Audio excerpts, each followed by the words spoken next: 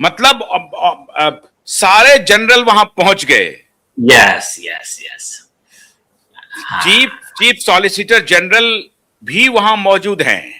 हाँ, assistant solicitor, assistant solicitor, assistant solicitor general. हाँ, अच्छा, और एडवोकेट जनरल भी मौजूद है वहां पर। Additional assistant, additional solicitor general, हाँ ठीक है। Additional solicitor general and advocate general भी। हाँ, हो गया। और chief public prosecutor. Chief public prosecutor, okay. हाँ, अब आने के पहले देखो इन्होंने, जब कोर्ट स्ट्रिक्ट होना शुरू होता है ना, तो याद है मैंने आपके ही चैनल पे री एमपी द्विवेदी का एक सुप्रीम कोर्ट का जजमेंट बताया था, वो बराबर फॉलो किया इन्होंने।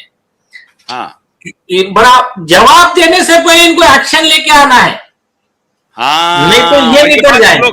ये बात हम लोग 5-6 महीने पहले से बोल रहे हैं कि ये एक्शन करेंगे। हाँ, ये एमपी द्विवेदी का जजमेंट है सुप्रीम कोर्ट का। अगर कोर्ट में जवाब देने से पहले तुमने एक्शन नहीं लिया सीनियर ने, अगर उस पुलिस अधिकारी पे, तो सीनियर आरोपी रहेगा। हाँ, हाँ, हो गया। अब पहली चीज, ये तो कानून बना 2024 में। उसके पहले 2014 से ये कानून पूरे देश में लागू है। संविधान पीठ ने ललिता कुमारी में सेम गाइडलाइन दिया था, उसकी वजह से वो कानून बना बीएनएसएस का। तो पहला वाला जो वायलेशन है वो इससे ज्यादा एग्रावेटेड ऑफेंस इसलिए है कि यहां तो सिर्फ स्टैट्यूट का वायलेशन करने का एक सेक्शन लगता है नगर कर पे वगैरह, उसमें तो सुप्रीम कोर्ट का कंटेम्प्ट भी लगता है इन एडिशन। तो ये जो 14 दिन का टाइम लिमिट है ये 2014 से। चलो अभी आते हैं मुद्दे पे। सेकंड क्या किया इसमें, कोर्ट में जवाब देने से पहले हमारे जो डायरेक्टर जनरल ऑफ पुलिस है उन्होंने, बाबू मेरे ख्याल से ये सदानंद दाते साहब है, बहुत बहुत मतलब उन्होंने चार्ज लिया हुआ था, बहुत बढ़िया पर्सन है वो। तो हाँ, मतलब पुलिस डिपार्टमेंट में एक्सेप्शन केस है, मतलब अगर परमवीर सिंह अगर पूरब है तो वो पश्चिम है, मतलब ऐसा एकदम ऑफिसर है, ऑनेस्ट ऑफिसर है अभी के डीजीपी। अच्छा, ऑनेस्ट के अलावा स्ट्रिक्ट है, स्ट्रिक्ट भी, अच्छा फंक्शनल भी है इसका मतलब। और गलत पुलिस अधिकारी को नहीं छोड़ते हो, उनकी ये भी खासियत है। हाँ, क्योंकि एक दो पुलिस नक्षत्र ठीक चल रहा है इसका मतलब। हाँ, एक दो पुलिस ऑफिसर की तरफ से, मैं वकील था मुझे मालूम है कितने स्ट्रिक्ट है, तो वो अपोजिट में थे। तो अभी उन्होंने क्या किया, अभी देखो इनके सारे चारों साइड से वाटर टाइट, मतलब पूरे सारे स्क्रू टाइट हो गए। हाँ, उन्होंने कहा नोटिस निकालो सारे महाराष्ट्र के पुलिस को, आपको ये रूल फॉलो करना है। कंप्लेंट आई तो आपको या तो एफआईआर रजिस्टर करो या तो प्रिलिमिनरी इंक्वायरी, 14 दिन के अंदर आपको वो उसको फुल स्टॉप लगाना है। उसके बाद में आपको कुछ करते नहीं आएगा। अब हमारे नगरकर साहब का 5 साल से चल रहा है, 5.5 साल से और ऊपर से कोर्ट को बोल रहे हैं कि यहाँ पर we need more time, we need more time. More time का के लिए जितना दिन आप रोक सको ये रिपोर्ट को रिकॉर्ड पे लाने से, तो उतने दिन का हम सांस ले ले भाई, और कुछ नहीं। अभी सर्कुलर निकाल दिया, आप जरा उसका सेकंड पेज दिखाओ, वो ऑर्डर का सेकंड पेज। उसके जो देखिए लाइनें देखो,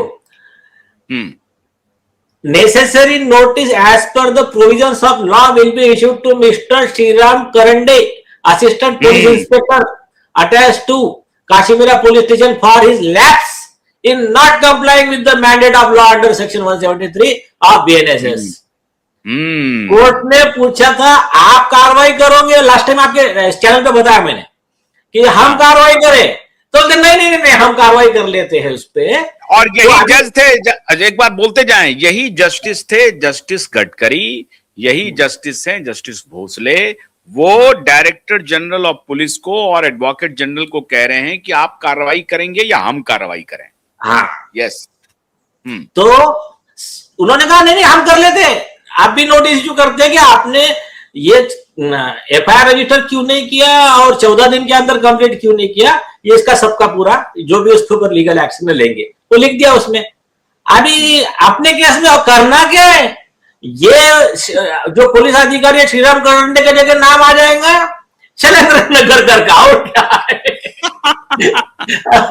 अभी आर्टिकल 14 कहता है ना equality before law, equal protection of the law, कानून के आगे सब समान, कानून की प्रक्रिया सबके लिए समान। तो अभी कोई स्कोप नहीं है सरकार के पास में, और ये कोर्ट भी अपने खुद के ऑर्डर के खिलाफ वोट नहीं कर सकता, और सिर्फ ऑर्डर ही नहीं है, वो बेसिक लॉ है ना, एक्ट है, वो स्टैट्यूट है। तो और ऐसा भी नहीं है कि ये 5 साल पहले चल रहा है, ये 10 दिसंबर को हुआ, फिर 18 दिसंबर को हुआ, और फिर आज जो 22 तारीख को हुआ है, ये 18 दिसंबर का वर्डिक्ट अभी हम लोगों ने दिखाया है।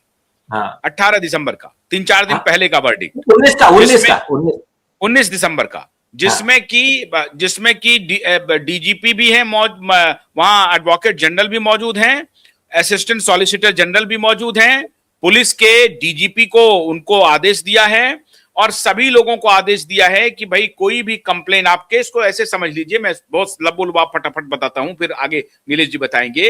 एक केस था जिसमें कि पुलिस को एफआईआर करनी थी, पुलिस ने एफआईआर नहीं किया, पुलिस ने कहा कि हम 14 दिन तक प्रिलिमिनरी इंक्वायरी कर रहे हैं। 14 दिन नहीं बोला, टाइम पास कर रहे हैं, हम कर रहे हैं, मतलब कर रहे हैं, बस हम कर रहे हैं, मतलब कर रहे हैं, जबकि कानून कह रहा है कि आप 14 दिन तक प्रिलिमिनरी इंक्वायरी के नाम पर तो आप टाल सकते हैं, उसमें भी आपको इंक्वायरी, अच्छा ये 14 दिन तक जो इंक्वायरी वो कर रही है उसका कोई डॉक्यूमेंट्स वगैरह दिखाना नहीं है क्या, हमने क्या इंक्वायरी नहीं किया, ये किया, कोई डॉक्यूमेंट बनेगा ही नहीं बनेगा? पूरा एवरीथिंग, स्टेशन डायरी एंट्री वगैरह सब रहेगा। हाँ, तो फिर स्टेशन डायरी भी तो पूछ रही होगी ना कोर्ट कि भाई 14 दिन जो तुमने इसमें क्या किया, वो क्या किया तुमने, प्रिलिमिनरी इंक्वायरी में क्या हुआ? स्टेशन डायरी लिखना पड़ेगा ना, preliminary inquiry of 14 days sir. Station diary, case diary भी बनाना पड़ेगा ना कि इसमें इसको समझ इश्यू किया, इसमें ये किया, सब पूरा डिटेल, उसका जजमेंट है, कोटक महिंद्रा का जजमेंट है बॉम्बे हाई कोर्ट का। अच्छा, तो वो 14 दिन का भी इंक्वायरी के बाद भी इन्होंने एफआईआर, 14 दिन के इंक्वायरी का भी केस डायरी नहीं दे रहे हैं, जो भी है इन्होंने एफआईआर भी नहीं किया है। तो अब महत्वपूर्ण यह है मित्रों कि जो भी केस है वो दिशा सालियान के केस से कमतर केस है। उस केस में पुलिस के दुर्व्यवहार का, पुलिस के हीला हवाली का, पुलिस के इग्नोरेंस का, पुलिस के एरोगेंस का कोर्ट ने ये लिया है नोटिस कि एडवोकेट जनरल को बुला लिया, डीजीपी को बुला लिया, और कहा कि इस तरह से अगर एफआईआर रजिस्टर नहीं होगा तो आपके खिलाफ हम एक्शन लेंगे। यही कोर्ट है और संजोग से यही वकील है। तो बड़ा इंटरेस्टिंग है। अब आगे बताइए नीलेश जी।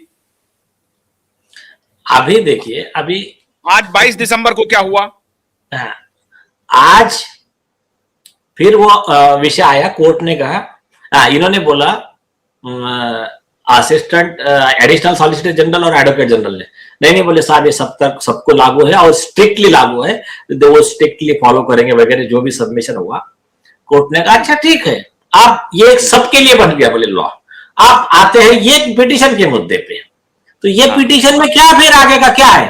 तो बोले साहब सिर्फ 7 दिन का समय दीजिए, हम पूरा डिटेल एफिडेविट पे लाकर देते हैं आपको जो भी हुआ है। कोर्ट ने कहा ठीक है, और 15 जनवरी को डेट रखा है उसका। आज हुआ, आज 12 बजे हुआ, 12 बजे आज निर्णय हो गया कि भाई अभी देखिए 10 दिसंबर, 19 दिसंबर, 22 दिसंबर और 12 जनवरी, 15 जनवरी। तो 15 जनवरी मतलब लगा, कोर्ट इस तरह से संज्ञान लिए हुए है कि कोई मामला भटकेगा नहीं, कोई मामला भटकेगा नहीं। अब ये जो असिस्टेंट सॉलिसिटर जनरल आ गए, एडवोकेट जनरल आ गए, ये कितना गंभीर मामला है सर, क्योंकि कोई कमिश्नर, मुंबई का पुलिस कमिश्नर नहीं आया है, ध्यान रहे। ये एडवोकेट जनरल को कोर्ट ने सम्मन करने का क्या महत्व है सर?